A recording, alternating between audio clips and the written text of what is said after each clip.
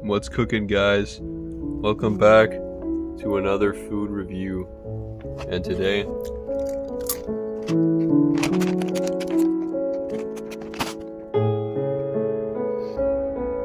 we're reviewing the Pretzel crisps from the Snack Factory brand. These were given to me as a gift. I think they were about $3 to $4. I don't know.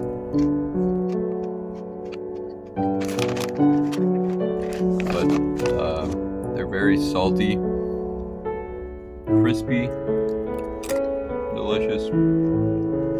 On the snack scale, I'm gonna give these a 12 on a scale of 2 to 13. I would recommend them. Alright guys, that's all I got for you today, and see you next time on Lou's Food Reviews.